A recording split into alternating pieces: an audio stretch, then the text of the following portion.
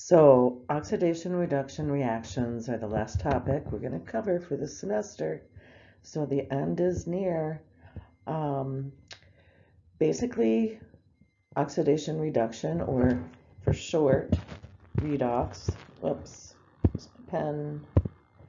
redox reactions are reactions that involve the transfer of electrons.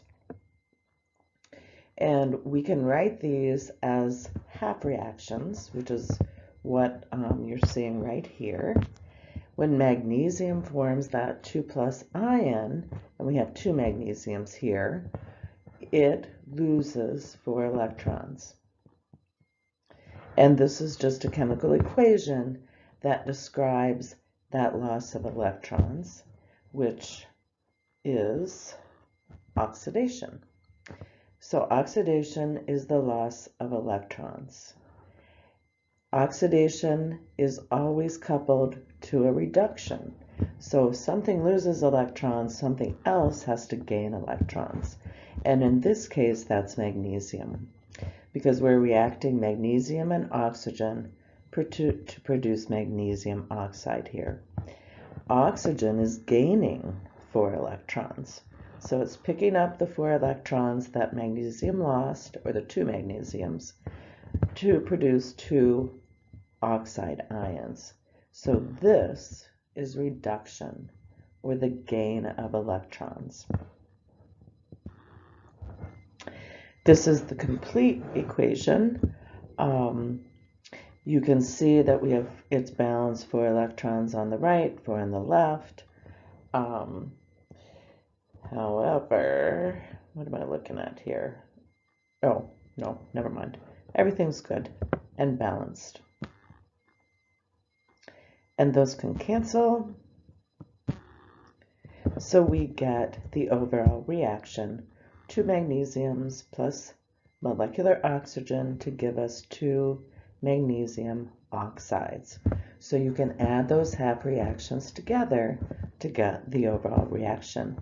And if you go on to take 1062, you will learn to balance redox reactions. So here's an equation in which zinc solid is reacting with copper 2 sulfate to produce zinc sulfate and copper solid. Zinc on this side of the equation is a solid, and when we go over the rules for assigning oxidation numbers to elements or elements within compounds, we'll find that elements that exist alone, not coupled with other elements, have an oxidation number of 0. This also applies to the diatomic molecules H2 or molecular hydrogen, oxygen, so forth. So if we look at zinc on this side of the equation and compare it to zinc over here that's now coupled with the sulfate ion, here it has a 2+. Okay? So zinc lost 2 electrons and formed the 2+ ion. Copper, on the other hand, is in its 2+ state on the reactant side and 0 oxidation state on the product side. So it gained 2 electrons. So zinc is oxidized, and the species that is oxidized is called the reducing agent. Copper 2+, it's important to note that that's the ion is reduced, thus it is the oxidizing agent.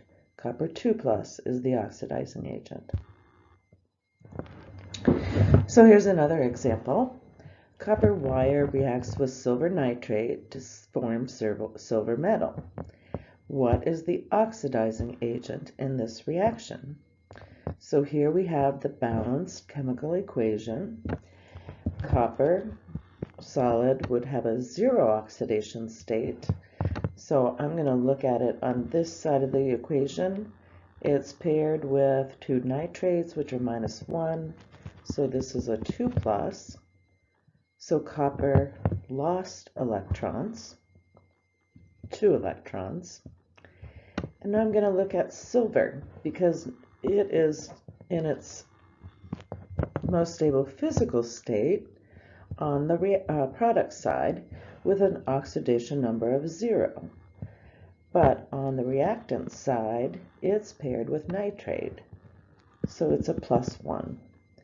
So silver is reduced. Oops. Oh, heck. Sorry about that. I meant to walk through. I thought there was something else that was going to come across there, but silver was reduced, so it's the oxidizing agent. We'll do more examples, so sorry I flipped that too soon. So these are the rules or some things to remember when assigning oxidation numbers. The oxidation number, by definition, is the charge the atom would have in a molecule or an ionic compound if the electrons were completely canceled. Free elements, which I've just mentioned, or elements in their uncombined state have an oxidation number of 0, and some examples here. So here, these are all free elements, and these are the most stable physical states, so that their oxidation number is 0 as well. Monatomic ions, like sodium and potassium and lead, so forth, the oxidation number is equal to the charge on that ion.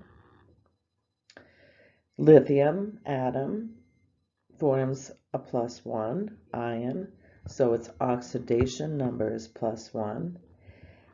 Iron 3+ has an oxidation number of +3, and the oxide ion has an oxidation number of -2. The oxidation number of oxygen is usually -2, and I don't think you'll see a case where it isn't, but there are some exceptions, always. And in hydrogen peroxide, H2O2, the O2, the oxide is a -1. The oxidation number of hydrogen is always +1, except when it's bonded to metals and binary compounds.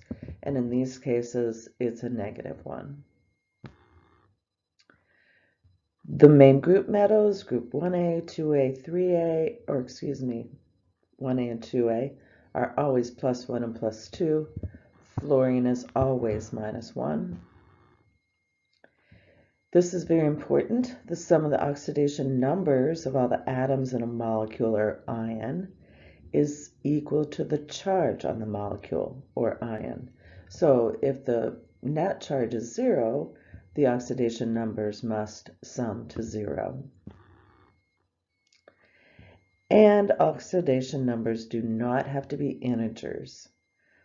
Oxidation number of oxygen in superoxide ion, O2-, is a -1/2. So what are the oxidation numbers of the elements in HCO3-? So in a case like this, we're going to look at the elements that have fixed oxidation numbers. Hydrogen is always +1, unless we're looking at its exception, which we are not. Oxygen is always going to be a -2. So oxygen is a 2-, hydrogen is a +1. That means we can now focus on carbon. And the sum of our oxidation numbers must sum to a -1 because that's the charge on this polyatomic ion. So we have 3 oxygens at 2-, plus a hydrogen at 1+, and this is what we want to find out now. What number or oxidation number does carbon have to allow us to have a -1 overall? It's a +4. We've got 6 plus 1, so that's 7. That's a -6, sorry. -6 plus 1, so now we're down to -5. So to give us a -1 overall, carbon has an oxidation number of +4. So let's do some other examples. We just saw HCO3-. Let's look at H2CO3. Hydrogen is always +1. Oxygen always 2-. We have 3 oxygens, so we have -6 plus 1. Whoops, we've got 2 hydrogens plus 2. This is times 2, this is times 3, and this gives us -4. So the oxidation number for carbon is a +4 because these have to add up to give an overall or net charge of 0 on that molecule. What about NO2-? Nitrogen, we're going to focus on oxygen first. Oxygen is always 2-. We have 2 of those, times 2, so that's a -4. We have an overall net charge of -1. So nitrogen, what can we add to -4 to get a -1? And that will be a 3+. So nitrogen's oxidation state is 3+. Fe3O4. Oxygen is always 2-. We have 4 of those, so we have a -8, and -8.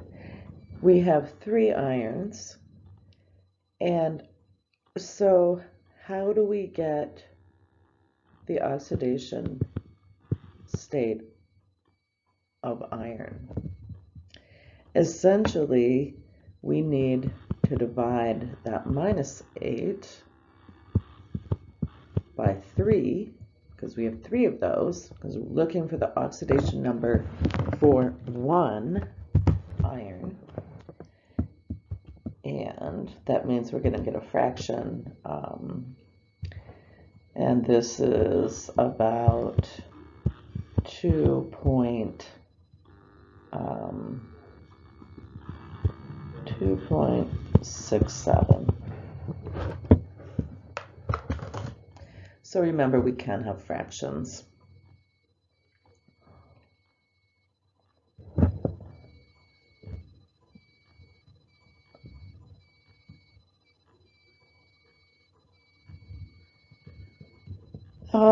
Sorry about that. I lost my train of thought there for a moment.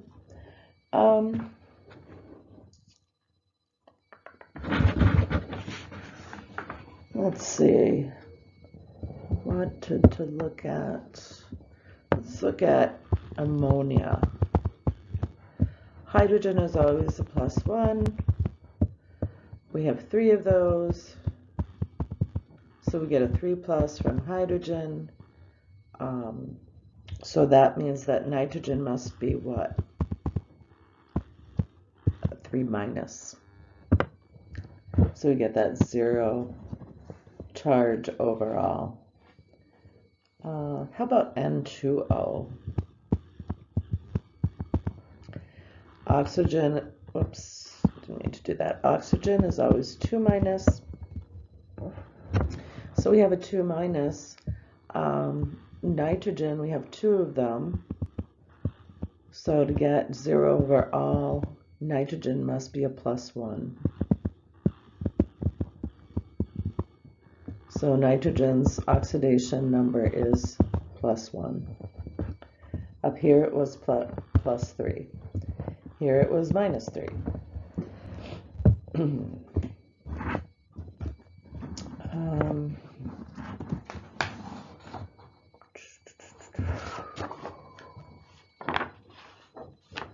Let's do one more. How about silver nitrate?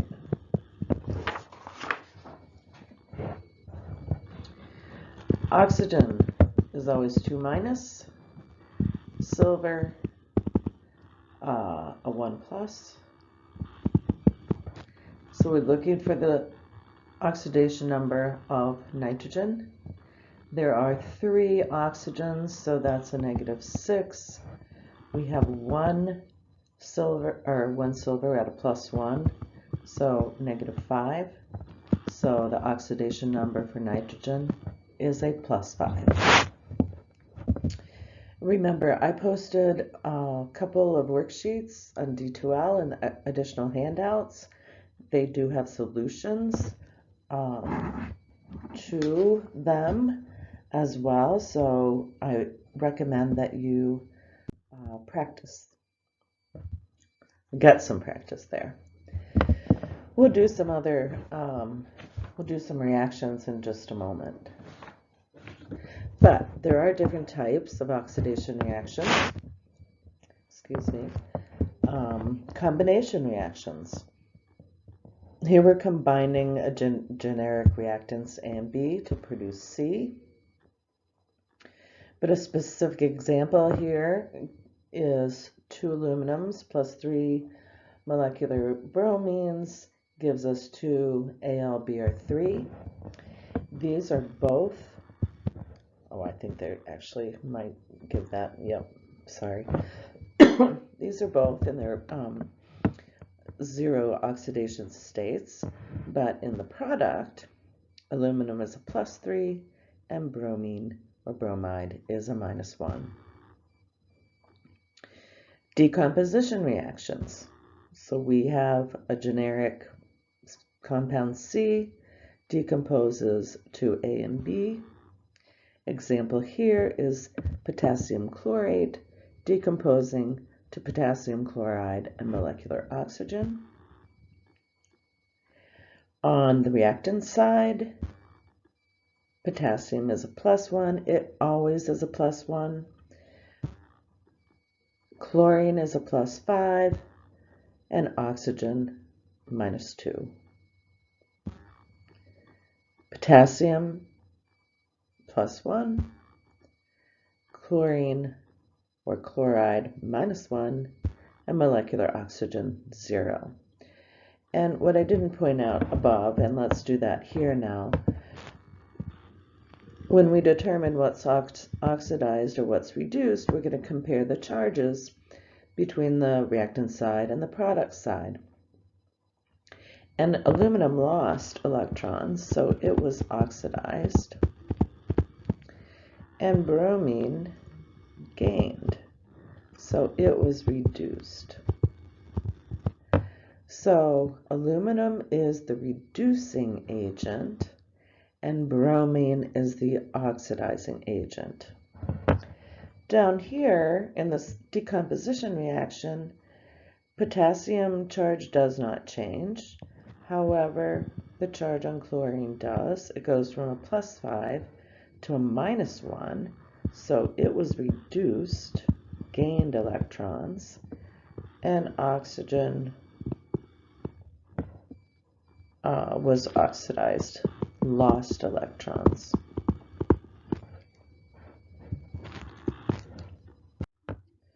Combustion reactions.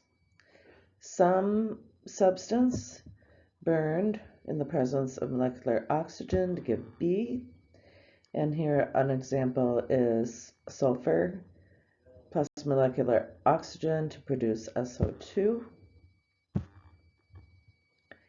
Sulfur and molecular oxygen's oxidation states are both 0 on the reactant side. On the product side, sulfur is a +4, oxygen a -2. So sulfur was oxidized, lost 4 electrons, and oxygen was reduced. Magnesium plus molecular oxygen to produce magnesium oxide. Magnesium is a 2+, or well, the ion on the right side. Solid magnesium is a oxidation state of 0, as is molecular oxygen. But on the product side, magnesium is a 2+, and oxygen, or the oxide ion, a 2-. So magnesium lost electrons, so it was oxidized, and molecular oxygen was reduced. So magnesium was, or is, the reducing agent,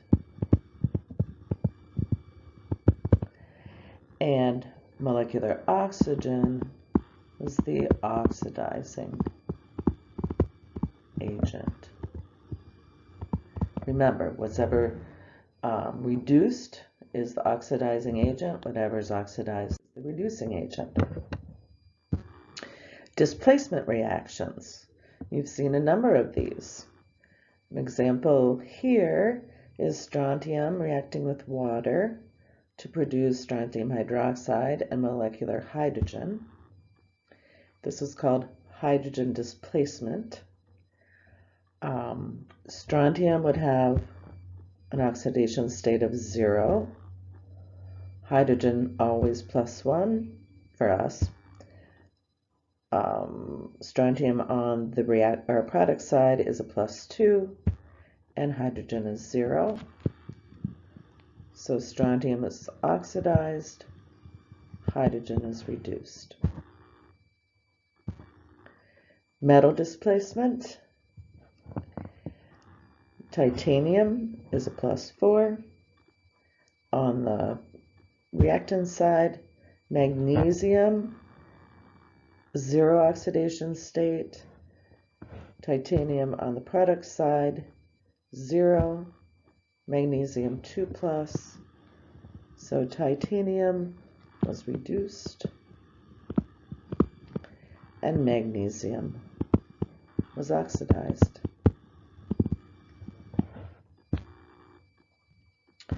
One more, halogen displacement. So we've got 2 halogens here. They're just trading partners. We get the reduction of molecular chlorine to chloride, and we get the oxidation of bromide to bromine.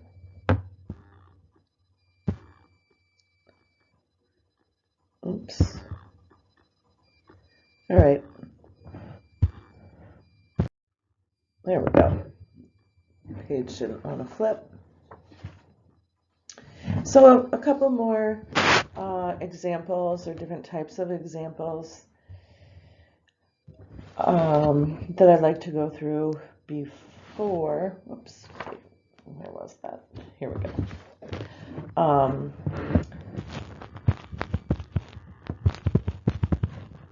And these are more identification of what's oxidized, what's reduced.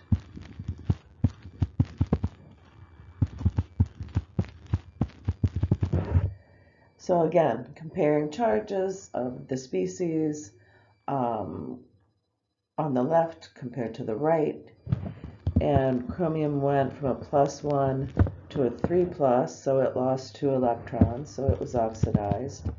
And tin went from a +4 to a +2, so it gained 2 electrons, so it was reduced. We have 2 arsenic solid plus 3 molecular chlorines, giving us 2 AsCl3. Both of these reactants have an oxidation state of 0, but on the product side of the equation, chlorine will be a -1, chloride. We have 3 of those, so chloride's contribution is a -3, so arsenic As is a 3+. So -1 and 3+ are the oxidation numbers.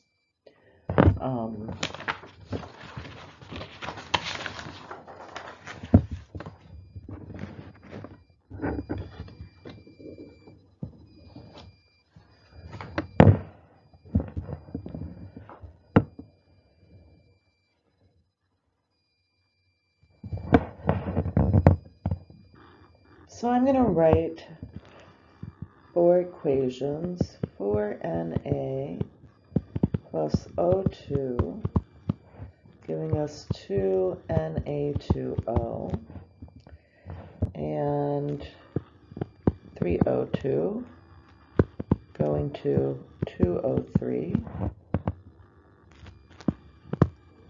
silver nitrate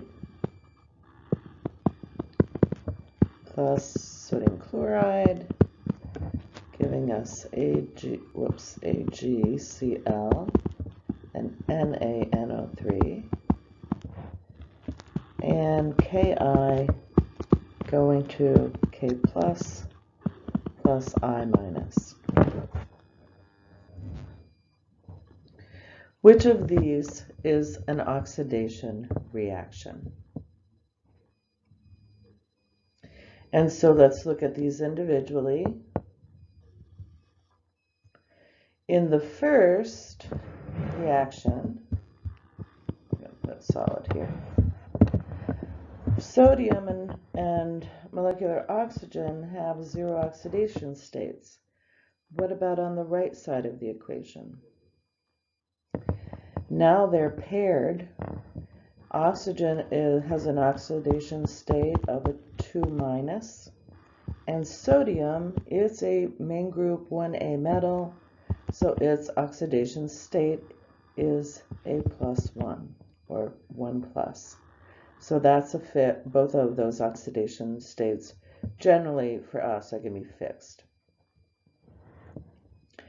Here we have molecular oxygen, oxidation state of 0. How about on the right-hand side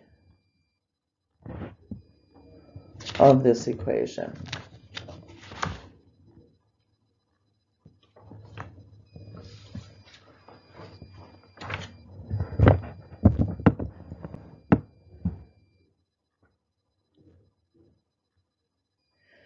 Well, keep this in mind. The numbers of elements, each element, must balance, and the charges must balance. So what I mean by that is the charge states on the reactant side must equal the charge states on the product side. And when we add 2+ and 2- together, that's a 0. So net overall charge on both sides of that chemical equation are 0. That has to be the same here as well. So moving on. This is definitely a redox reaction. Let's look at sodium nitrate plus sodium chloride, giving silver chloride and sodium nitrate. Look at the charge states of silver on both sides of this equation. +1, sodium, +1. This is a unit, -1. We're just going to do it this way. It's quick. And -1. So, not redox,